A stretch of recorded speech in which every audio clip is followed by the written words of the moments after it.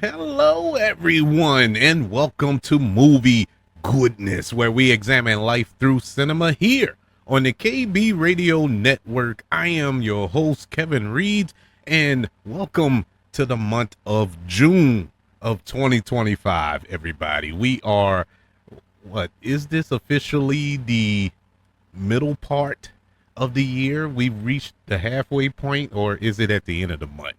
I don't know how it goes, but we have reached June of 2025, and it feels like we we've we have had 12 months of action in 2025 already. At least here in New Orleans. New Orleans has been popping literally since the first day of the year. It all started with the terror attack that took place on Bourbon or in the French Quarter on New Year's Day. We had a snow day. We had a blizzard here in New Orleans. We've had escaped convicts down here in New Orleans. We've had slave plantations burned to the ground. It's just been wow for the first 5 months of this year. And it feels like we are at the end of the year. I'm like, my God, we just got to June. But it is what it is. And I'm just talking about New Orleans.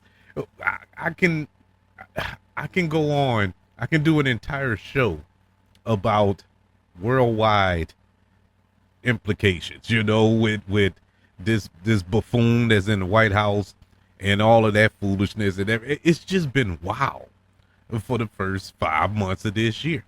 But things are starting to pick up.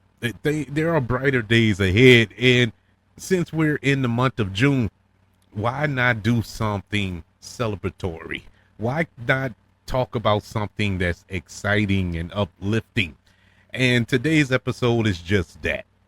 In case you don't know, June is Black Music Month. It's been celebrated here in the United States since 1979, believe it or not. For 46 years, June has been Black Music Month. Unfortunately, I didn't know this until about 5-6 years ago, and when I realized that June is designated as Black Music Month. That just goes to show you how much respect and love that it gets worldwide. But I'm gonna do my part and celebrate it.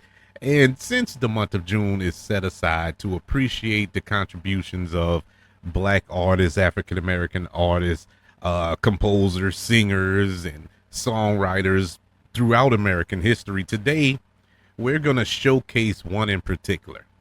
And this is an artist who I am a giant fan of, and millions of others are. You probably heard music that he has performed, produced, wrote, whatever the case may be, and you may not even know that he was a part of it. This year's Black History, or not Black History, but Black Music Month episode, we are going to showcase the one, the only Pharrell. Yes, Pharrell Williams. This is his episode today, and in accordance to Black Music Month, we're going to talk about his history and how he became who he is in the industry. And since we're talking about Pharrell, and to go with the motif of this show, we're going to review a film that is focused on Pharrell, and that is Piece by Piece, the animated Lego / documentary that focused on Pharrell Williams.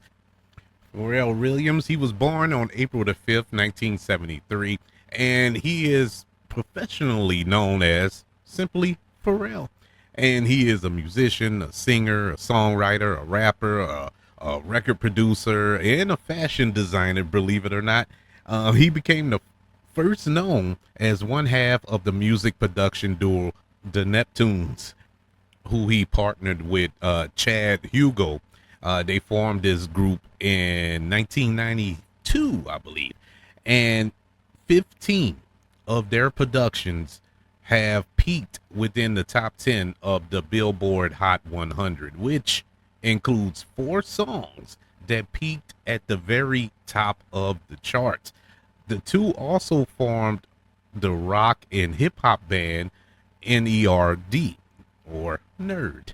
back in 1999, and Pharrell served as the lead vocalist of that group. He has been regarded as one of the most influential producers in modern popular music. Pharrell co-founded the label Star Trek Entertainment with Chad Hugo in 2001. And in case you was wondering why he didn't get a copyright strike or anything like that, it was track with an A, not an E. And so he avoided that. But he's a huge Star Trek fan, which a lot of people are. And so in dedication to that, he named his record label Star Trek. Pharrell, back in 2003, he had a debut single which dropped, and it featured Jay-Z, and the song was called Frontin', and that peaked at number 5 on the Billboard Hot 100. He then signed with Virgin Records and Interscope Records to release his debut solo album, In My Mind, in 2006, which peaked at number 3 on the Billboard 200 despite mixed critical reception. And I'm in that mixed.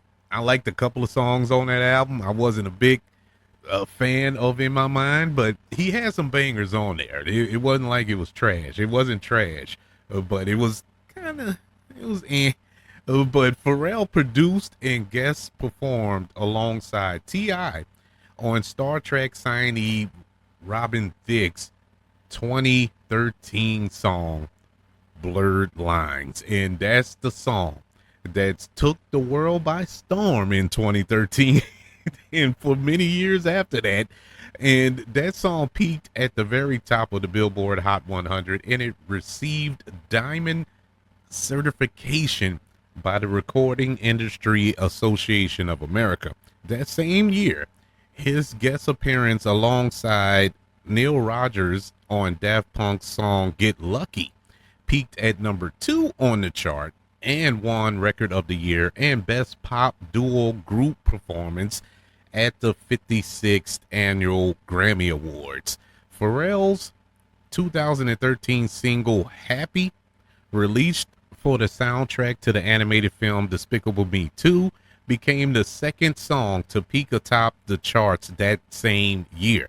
It also served as lead single on his second album, Girl, in 2014, which peaked at number 2 on the Billboard 200 and saw positive critical acclaim. Pharrell received numerous accolades and nominations. He has won 13 Grammy Awards, including 3 for Producer of the Year, non-classical, one as member of the Neptunes. He is also a 2-time Academy Award nominee.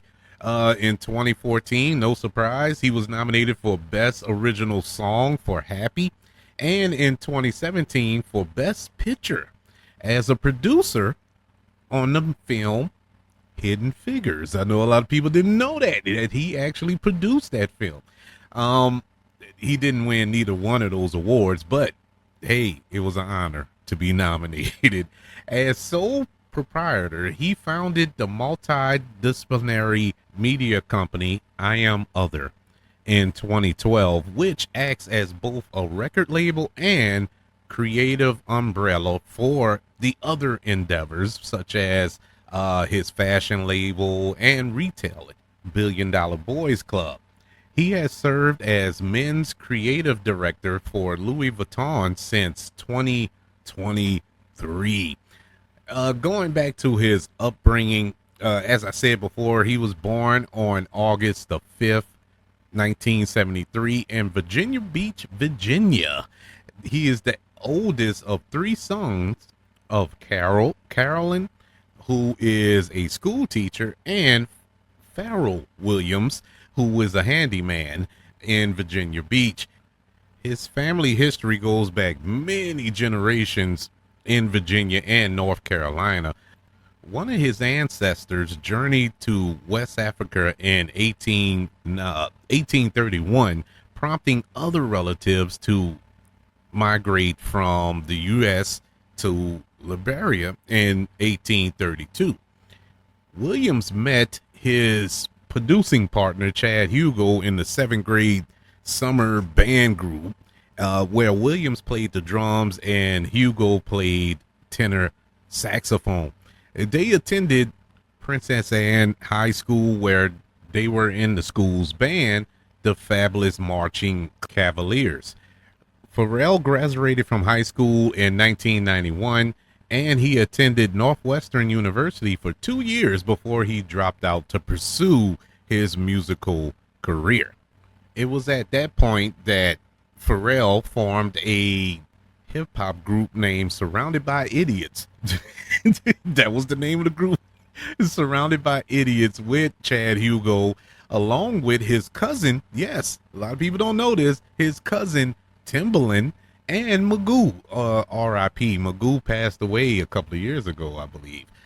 They disbanded before making any records, though. They didn't.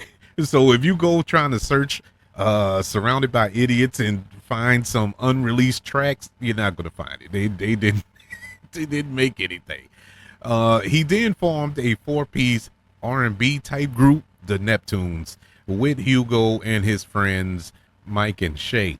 They entered a high school talent show where they were discovered by producer Teddy Riley. Yes, Teddy Riley from the group Guy, Backstreet, and so many more. He's a super producer in his own right when it comes to R&B in the 80s and 90s. He worked with Michael Jackson. He worked with numerous. He's a big time producer. But he was discovered. He discovered Pharrell Williams and his group, the Neptunes, whose studio was next to the school. That's how he got to hear him. After graduating, the group signed with Riley.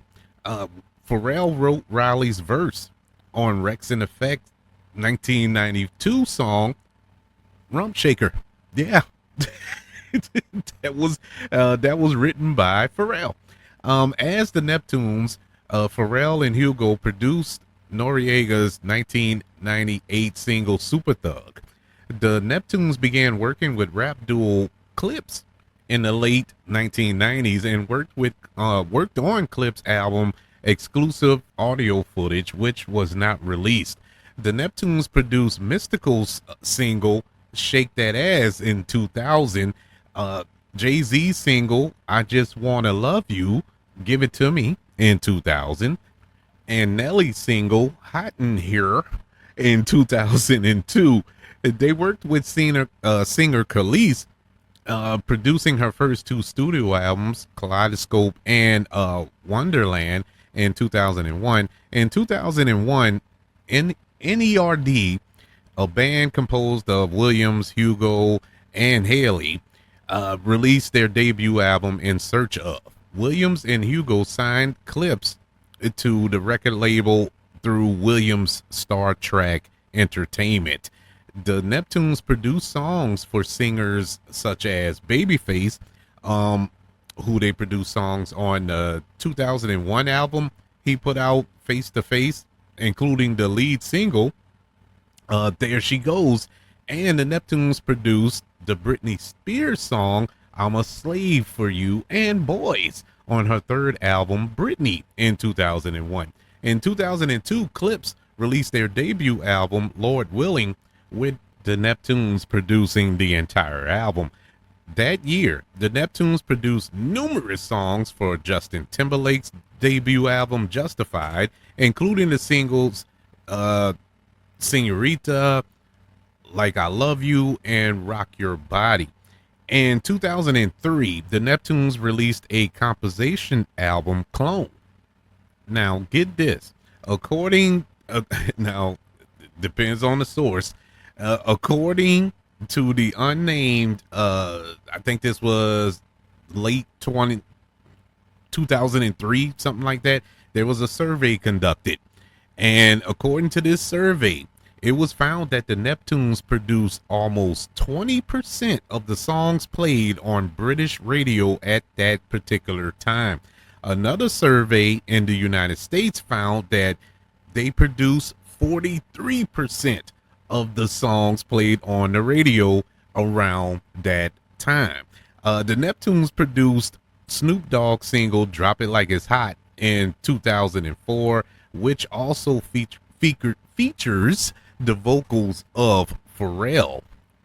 The Neptunes produced Gwen Stefani's single Holla Back Girl, which entered the Billboard Top 100 at number 82 in August of 2005 and topped the chart within 6 weeks of its release. In 2006, Pharrell released his debut solo album, In My Mind. It debuted at number 3 in the United States Billboard 200. The Neptunes produced Clip's second album, Hell Have No Fury.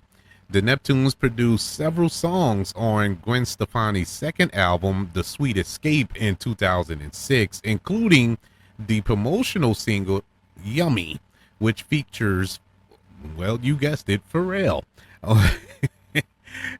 In December of 2006, Pharrell was announced as a performer at Concert for Diana at Wembley Stadium, London, on July the 1st, 2007.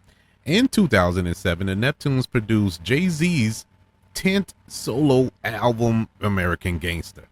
Pharrell went on to work with Madonna on her 11th studio album, Hard Candy, in 2008. In June of 2008, an article in NME revealed that Pharrell was interested in producing the next album of American rock band The Strokes. Later that year, Pharrell worked on a remix album for Maroon 5 entitled Call and Response, the remix album. n.e.r.d. released their third solo album, studio album, I should say, Seeing Sounds, in 2008. Pharrell worked with Sakura on her songs Did It Again, Why Wait, Good Stuff, and Long Time for her sixth studio album, She Wolf, in 2009. The following month, Pharrell made a guest appearance on French singers Euphy's, I believe that's how you say their name, debut album, which was released in early 2010. The Neptunes produced numerous songs for the Clip's third album, Till the Casket Drops, in 2009. In 2010, Pharrell worked on the musical score for the animated film Despicable Me with legendary film composer Hans Zimmer. In 2010, n.e.r.d. released their fourth studio album, Nothing. In late 2011, Pharrell worked on 3 tracks for Mike Posner's second album, Sky High. In 2012, Pharrell composed and produced the music for the 84th Academy Awards along with Hans Zimmer. In 2013, Pharrell collaborated with Daft Punk for the song Get Lucky and Lose Yourself to Dance, both included on Daft Punk's 4th studio album, Random Access Memories. Get Lucky peaked at number 1 on the UK singles charts and number 2 in the United States Billboard 200. In 2013, Pharrell collaborated with Azealia Banks on the song ATM Jam. The song was initially intended for Banks' debut album, Broke with Expensive Taste, in 2014, but was later removed from the album after Banks blamed Pharrell for the song's poor commercial performance. Pharrell penned 3 new original songs for the film Despicable Me 2 in 2013. These were Just a Cloud Away, Scream, which features CeeLo Green, and of course, Happy. His 2 original songs for the first film, Despicable Me, and Fun Fun Fun, were also reprised for Despicable Me 2 soundtrack. He also participated in the drummer section of the soundtrack for Man of Steel for Hans Zimmer. Yes, the Superman movie. In March of 2013, Robin Thicke's song Blurred Lines, written and produced by Pharrell, was released. The song peaked at number 1 on multiple countries, including the UK and the United States. In mid-2013, Pharrell was included on 2 songs that sold a million copies in the UK. That is Get Lucky and Blurred Lines. In August of 2013, Busta Rhymes talked about an unreleased documentary album by Pharrell, which talks about inner city strife and hardships. In November of 2013, Pharrell released the first 24-hour music video for Happy. And this music video, which I watched not all 24 hours straight, but I did watch it. In that video, you had guest appearances by Magic Johnson, Steve Carell, who coincidentally voiced the character in the Despicable Me films, Jimmy Kimmel, Odd Future, among others. On November the 1st, 2013, Pharrell performed with the gospel choir, the Emmanuel African Methodist Episcopal Church in Charleston, South Carolina, where 9 black parishioners were shot and killed on June the 17th, 2015. In case you don't remember that, that's when the guy came in during Bible class, I believe it was, during the week, and shot, just open fired during that service and whatever. But anyways, yes, he came to perform with them on to kind of commemorate that event. It was announced in December of 2013 that Pharrell had been nominated for 7 Grammy Awards, including Producer of the Year. In the same month, Pharrell signed a contract with Columbia Records and announced an album set to release in 2014 that would feature Happy. For Happy, Pharrell was nominated for an Academy Award for Best Original Song. In February of 2014, Major Lazer announced they would be releasing the a 5-track EP entitled Apocalypse Soon on the 25th of that month. The EP featured varied Mad Descent and Secretly Canadian, featuring Pharrell and Sean Paul, among others. The first single off of the EP, which featured Pharrell, was entitled Aerosol Can. Pharrell contributed a verse to Future's February 2014 single Drop That Dope, which also featured Pusha T and Casino over production from Mike Will Made It. On February 18, 2014, Pharrell announced via Twitter that his second album, Girl, would be released on March 3rd, 2014. The album was supported by a European concert tour, Dear Girl Tour. At the 86th Academy Awards on March the 2nd, 2014, Pharrell's song Happy lost to Let It Go from Frozen. And look, look, I understand the cultural phenomenon that is Frozen, and I guess I could see, but that had to be a close race, man. Happy, you gotta understand, a lot of kids were singing Let It Go. A few adults, but it was more kids. Everybody was singing Happy. Kids, adults, elderly people. I don't care if you was a Christian, an atheist, a Muslim. I don't care what it was, black, white. Everybody was singing Happy. Happy was just the song, man. Still, if it come on right now, it does nothing but bring joy to your to your heart. That is like the greatest song ever. But that's just my little rant on that. But anyways, afterwards, when GQ magazine asked Pharrell how badly did he want to win that Academy Award, he responded, "When they read the results, my face was frozen." Wink, wink. But then I thought about it, and I just decided to let it go. Anyways, at the you gotta love Pharrell, man. At the awards that same year, he wore a controversial outfit that a lot of people were tripping on, which was kind of, I don't know, it wasn't like he was butt naked. He wore a tuxedo with shorts. Like, who cares, you know? But they had an actual issue with that. In May of 2014, Pharrell received an Innovator Award at the iHeartRadio Music Awards. In January of 2015, Pharrell was announced as the musical director of a seven continent live Earth concert on June the 18th, 2015. And this was to raise awareness about and to pressure governments to act on climate change. On February the 8th, 2015, Pharrell made a cameo on an episode of The Simpsons entitled Walking Big and Tall, where he comes to Springfield to write a new anthem for the town. Pharrell recorded 3 songs for the soundtrack to the 2015 animated film, the SpongeBob movie, Sponge Out of Water.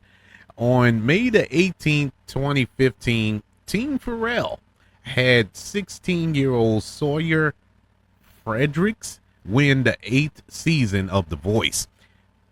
At the 2015 Grammy Awards, Pharrell performed an orchestrated rendition of Happy with Hans Zimmer and Penis Ling Ling that included a tribute to the Black Lives Matter movement, which I'm pretty sure just brought joy to the hearts of all of the MAGA people running around. And it was inspired by Eric Garner's death and the Ferguson unrest. And in case you don't remember what took place around that time involving Eric Garner and what took place in Ferguson, Google it. Google it, man. I mean, come on. You shouldn't forget stuff like this. I know it's seared into my brain, unfortunately. In 2015, a unanimous jury determined that blurred lines, which Pharrell co-wrote and produced, was an infringement on the 1977 Marvin Gaye song "Got to Give It to You," and this was a big thing around it. I remember, because I was like, "Where are they getting this from?" And then when you listen to both of those songs, yes, you can hear the same kind of, I guess you could say, notes or beats or whatever. It's not. I don't think it was plagiarism per se or done on purpose, but I mean, all songs are recycled. But yeah, it was done.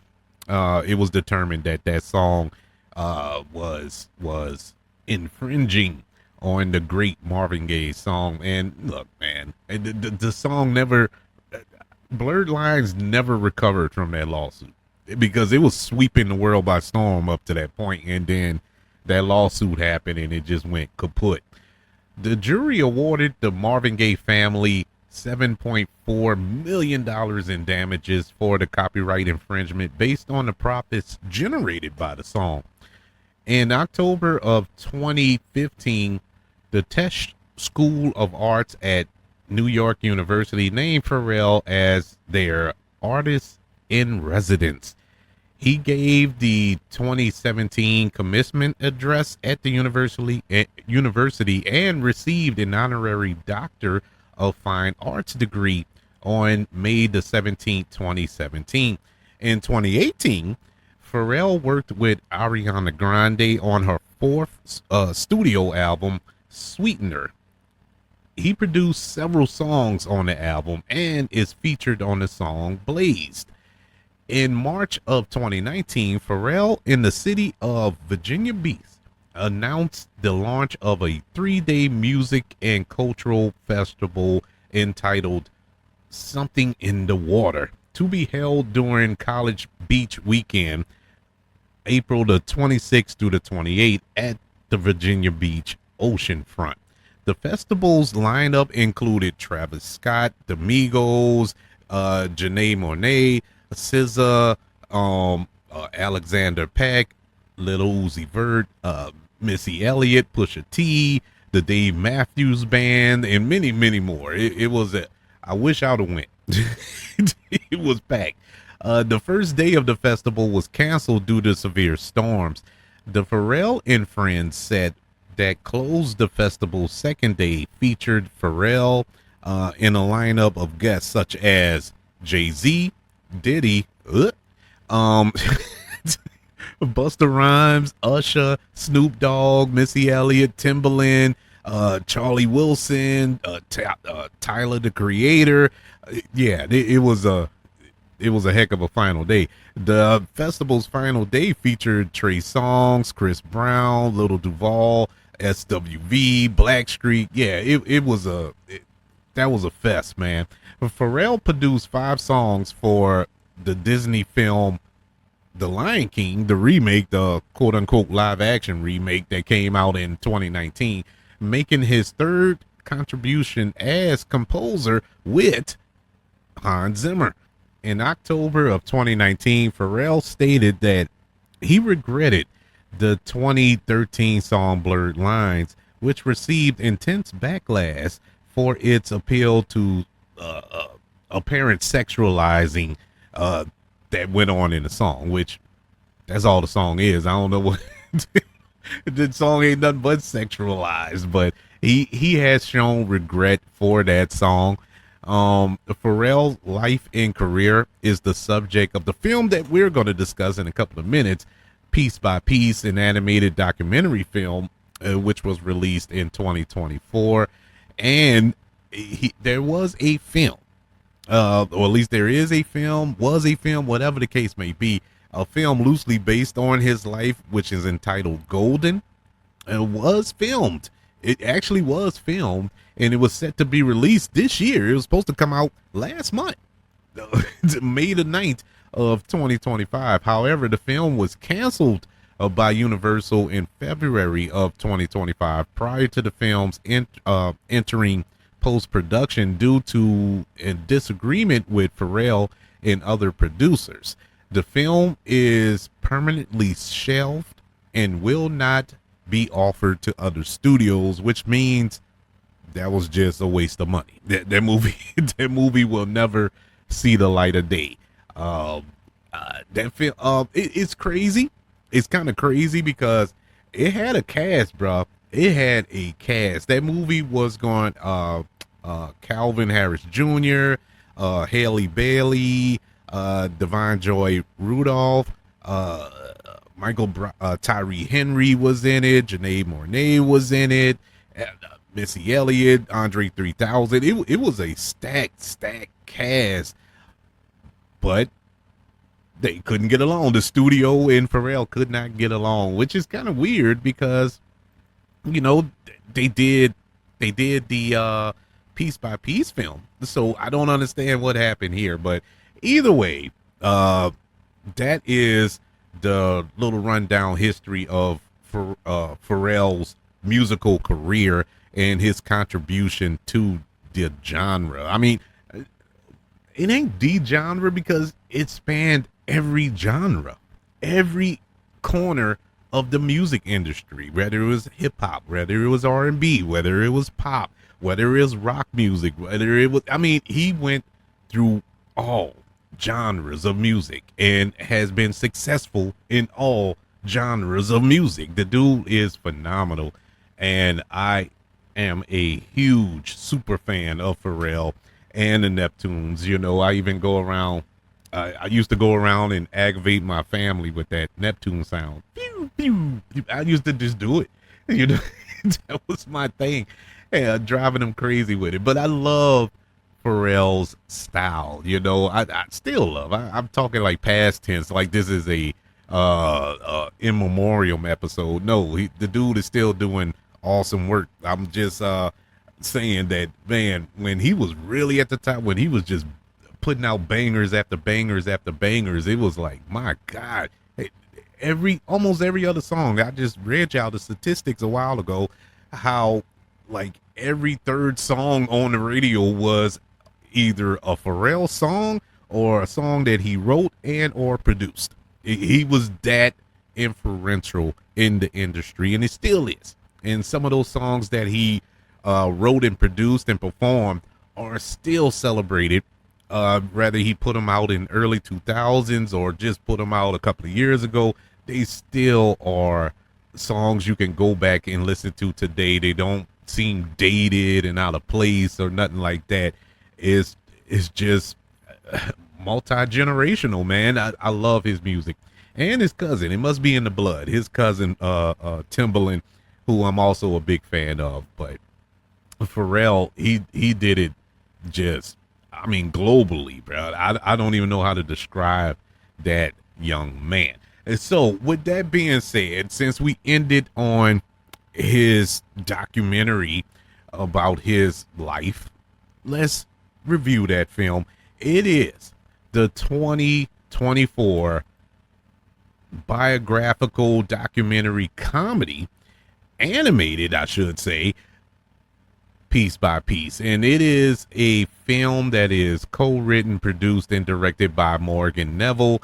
And it was his debut, and the film follows the life and career of American musician Pharrell Williams, who stars in the film through the lens of Lego animation or brick film, however you want to describe it.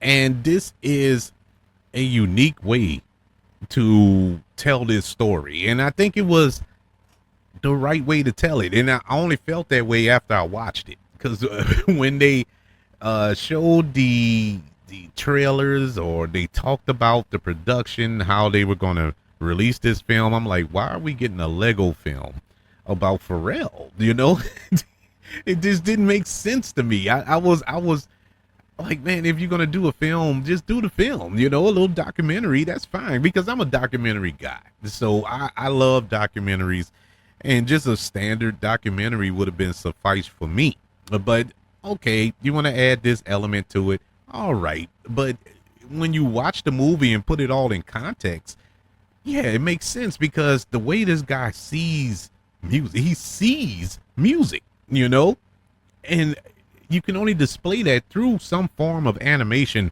or special effects.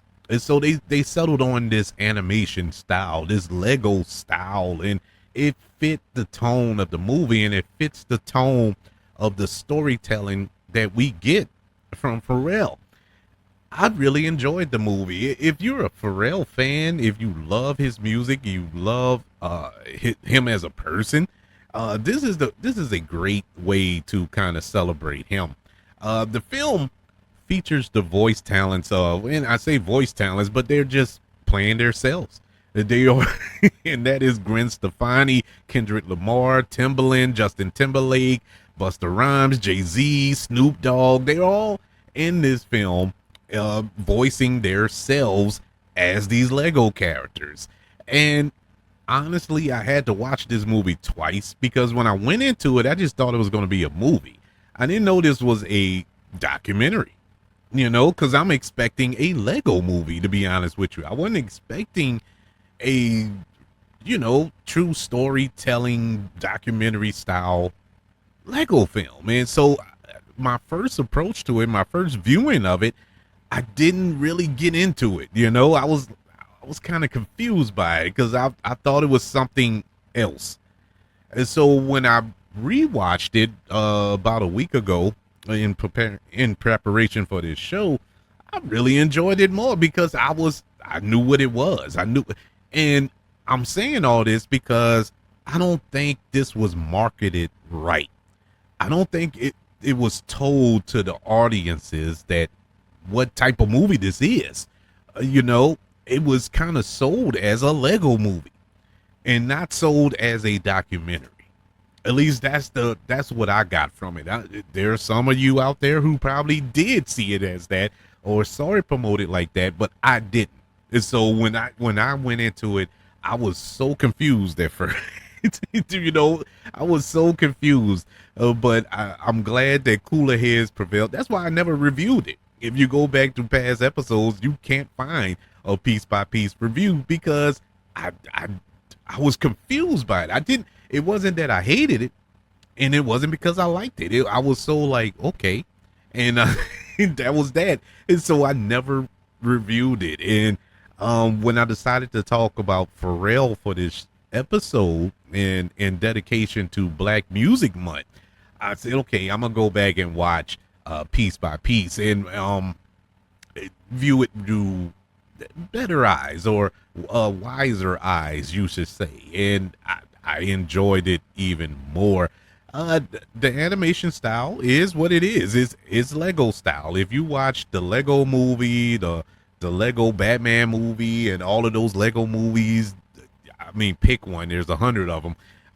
It's the same style, same animation. It's entertaining in that sense. The vibrant colors are just beautiful. I love the colors. I love the color palette of this film.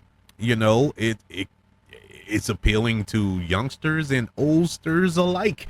It's not just a kiddie film. It's a really fun film to watch. My only drawback to the movie is the fact that if you're not a fan of Pharrell, if you're not a fan of this music genre that he is embedded in, the movie's not going to appeal to you. It's not going to touch you. The hopes is that you watch it and want to be a part of that. You know what I'm saying? Want to watch, start listening to that music and start looking into his life and looking into all of the stuff that he's a part of.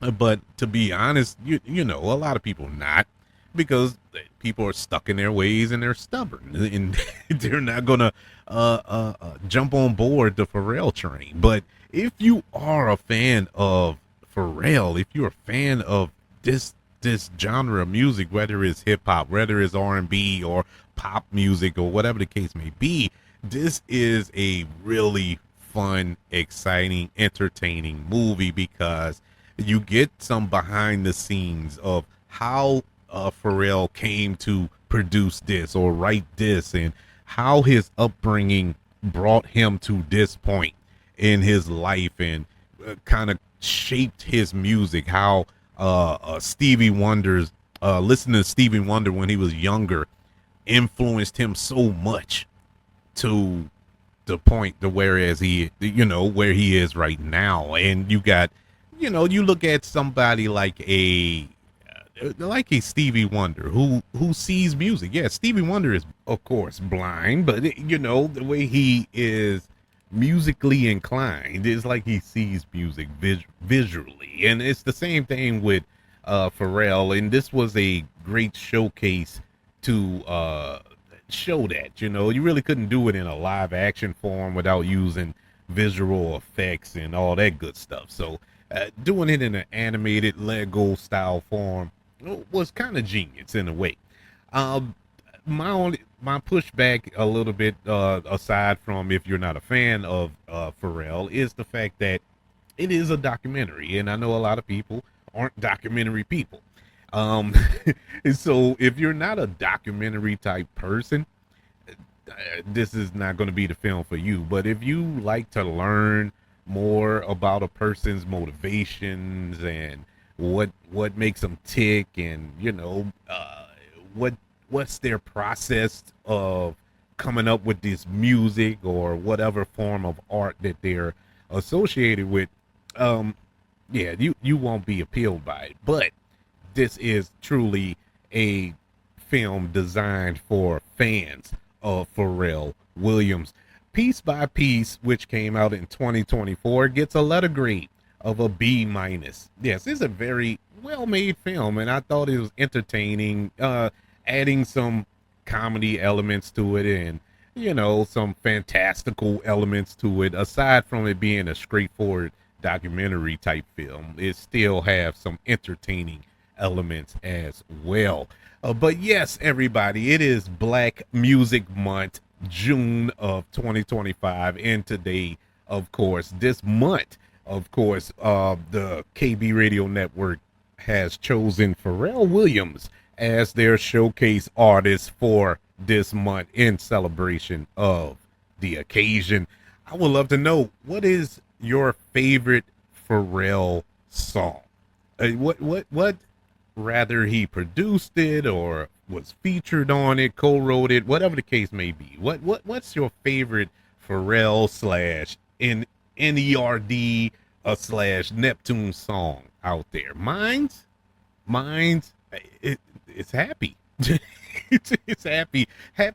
Happy is the song that you put on when you're not in a good mood. And for somebody like me who deals with mental health who deals with anxiety and depression, uh, struggles with it. And to put on Happy to kind of get me out of the funk, and it actually works. That song actually works. It's better than medication for me. I know a lot of people who are dealing with these afflictions. They're not so fortunate, you know. They do need the help of medication to help them throughout their functions of everyday life. And you know, for them, I really sympathize and pray for them. But for me, even though I do take medicine, I still at times need a little pick me up. And Happy is the song to do it. It's just one of the greatest feel good songs of all time. But that's just me. I want to know your favorite Pharrell Williams song. Email the show, kbradiopodcast@gmail.com. You can also search for the show on all social media platforms.